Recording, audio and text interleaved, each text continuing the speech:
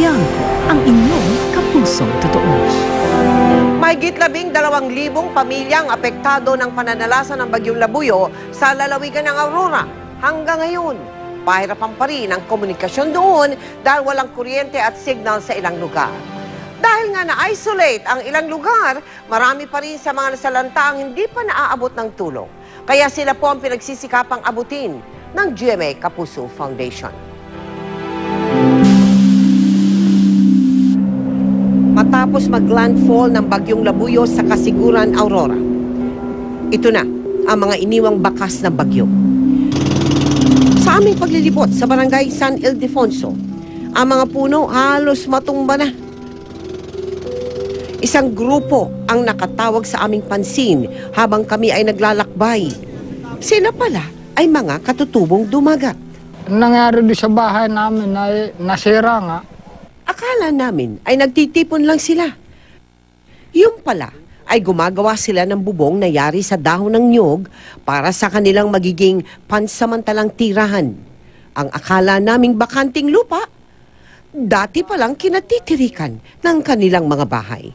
Sa munting kubo, nagkakasya ang 2 pamilya at ang iba naman ay sa mas maliliit pa.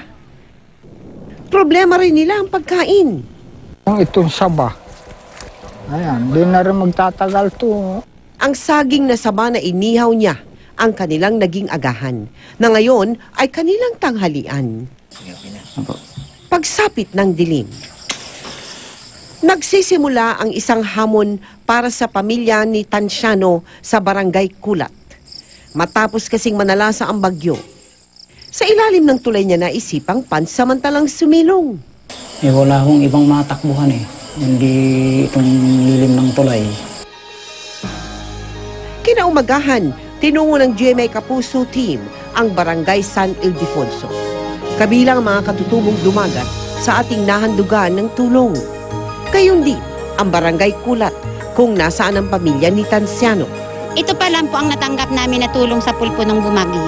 Maraming pong salamat dito sa biyaya na tinulong ninyo dito sa...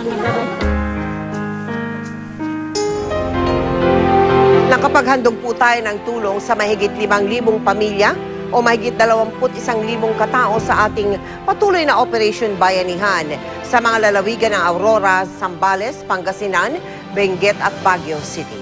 Kasalukuyan pong nasa Madela, Quirino ang isa pang Kapuso team. Kami po ay nagpapasalamat sa mga tumulong sa ating Operation Bayanihan.